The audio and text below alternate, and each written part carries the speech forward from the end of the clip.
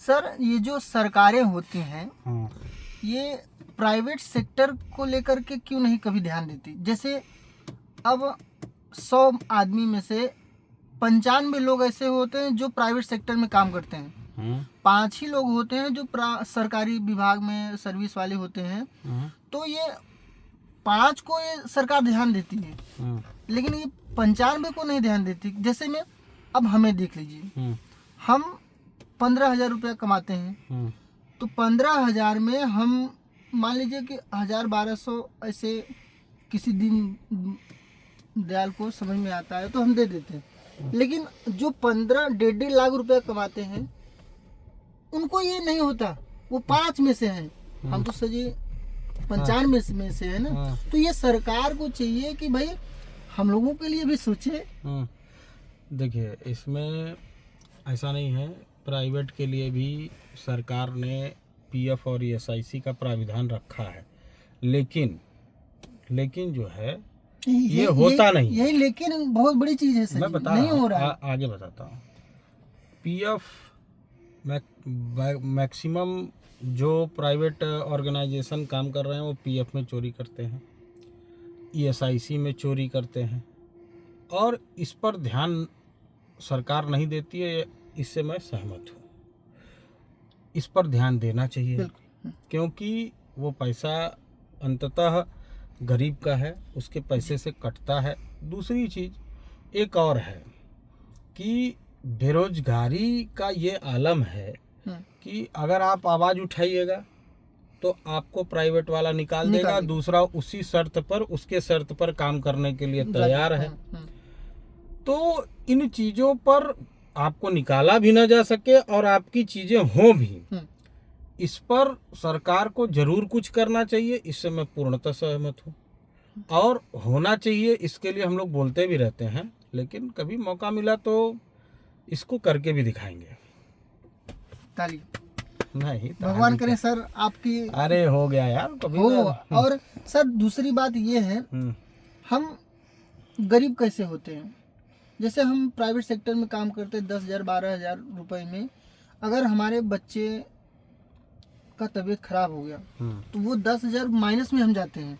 हाँ। और अब हम पढ़ाई ले लें, आज आप देखेंगे संगीन बनारस में और जयपुरिया ये सब स्कूलें हैं जिसमें हम गेट तक भी नहीं पहुंच पाते।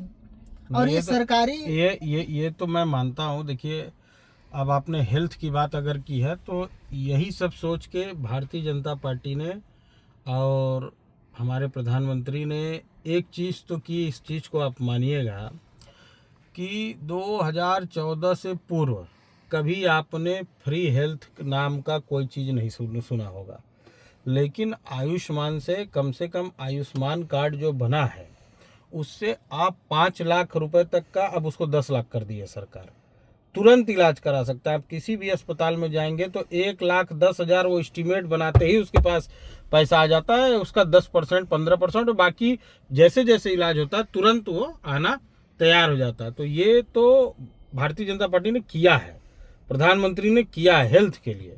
लेकिन शिक्षा के लिए मैं अब आने वाले समय में करेगी, लेकिन आपकी ये बात सही है कि अगर वो गुणवत्ता प्राइवेट स्कूल में मिल रही है तो वह गुणवत्ता हमारे सरकारी स्कूल में क्यों नहीं मिल पाती। बस हाँ सर।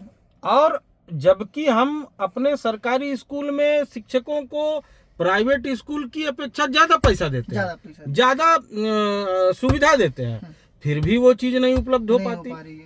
तो इसके पीछे का कारण सरकार को समझना चाहिए, मुझे लगता है समझेगी भी और आगे करना भी चाहिए। मैं तो ये कहूँगा कभी मौका मिला तो कि जरूर शिक्षा में, देखिए अगर इस देश में कुछ चीज़ अगर फ्री हो तो 2 चीज़ का मैं पक्षधर हूँ, एक हेल्थ फ्री होना चाहिए और दूसरा शिक्षा फ्री होनी चाहिए। सरकार तो सर अभी भी सिवा कुछ भी फ्री नहीं होना चाहिए। सरकार तो सर अभी भी दावा करती है कि हम फ्री कर दिए हैं। क्या शिक्षा और दवा तो फ्री कर दी है। दवा तो मान लीजिए की ही है, मैंने बताया ना आयुष्मान से आप 10 लाख तक का इलाज करा सकते हैं। लेकिन शिक्षा जो है प्राइमरी स्कूलों में फ्री है, 1,000 रुपये 2,000 रुपये उसमें बैग और ये सब खरीदने के लिए भी मिलता है, कापी किताब खरीदने के लिए भी, लेकिन गुणवत्ता नहीं है। गुणवत्ता नहीं, तो इसीलिए हम बोल रहे गुणवत्ता हैं की आप बोलिए, गुणवत्ता पर सुधार होना चाहिए। फ्री तो फ्री बोल रहे हैं, फ्री की है, लेकिन गुणवत्ता पर विशेष ध्यान देना चाहिए। क्योंकि हम अगर 1-1 लाख 1.5 लाख प्राइमरी स्कूल के टीचरों को पैसा दे रहे हैं, 2-2 लाख रुपया सैलरी प्रिंसिपल उठा रहा है, तो उसके ऊपर अगर जैसे आपने जिन स्कूलों का नाम लिया बड़े बड़े, उनके तरह हमारी गुणवत्ता नहीं हो रही है तो निंदनीय है, शर्मसार बात है, और ये किसी भी सरकार को करना चाहिए।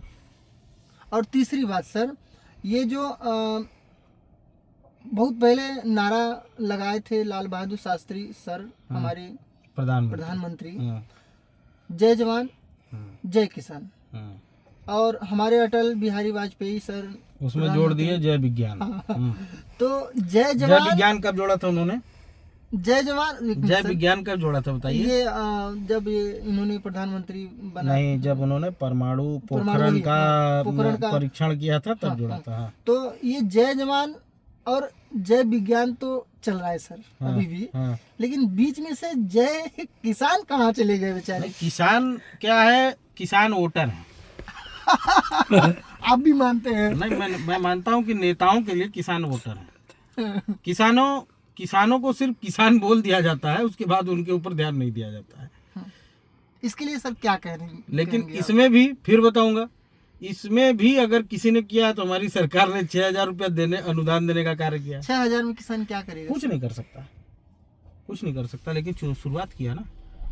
हाँ, ये विषय मैं मानता हूं कि हमारा जो देश है वो सारे नेतागण सभी लोग एक चीज कहते हैं कि हम कृषि प्रधान देश, कृषि, हाँ। लेकिन कृषि को आज तक रोजगार में नहीं लाया गया, ये गलत है। इसको रोजगार के स्वरूप में डेवलप करने की आवश्यकता, उसके लिए बहुत प्लान है, किया जा सकता है, इजी भी है सर, बहुत आसान है। अभी मैं आपको बता रहा था ना कि एक प्रकार की खेती हो, सरकार जो है उस जिस क्षेत्र में है वहाँ पे इनके कृषि वैज्ञानिक ऑलरेडी जो 2-2, 3-3 लाख रुपया पेट फुलाए खा रहे हैं, उनको रोड में निकाले कि भैया तुमको इस क्षेत्र से यही प्रोडक्ट जो भी वहाँ पे उपज हो सकता है उसको उगाना है, और टारगेट दे कि इतनी हमको प्रोडक्शन चाहिए। जो मजदूर हैं वो उस पर उनको काम करने के लिए मिल जाएगा। अब किसी किसान को डर लगता है कि हमारी रबी खरीफ की अगर फसल खराब हो गई तो हम खाएंगे क्या? तो 2 साल आप रख लीजिए कि भैया 2 बार जो है अगर हम खेती करवा रहे हैं, तो आपका जो इससे पहले जितना पैसा आता था, जितने का आपका नुकसान होगा, एक इंश्योरेंस दे दे कि भैया वो हम आपको देंगे अगर नुकसान हुआ तो। लेकिन अगर आप अपने अधिकारियों को लगाइएगा, वैज्ञानिकों को लगाइएगा कि ये मिट्टी किस प्रकार की है, इसमें क्या उपज होनी चाहिए, यहाँ पर क्या होना चाहिए, तो इस सब चीजों के लिए कार्य करना होगा। इससे तो बहुत सारी, और वहीं पे आप कलेक्शन हब बनाइए, वहीं से आप डायरेक्ट मार्केट में ले आइए, ये सब कार्य करना होगा।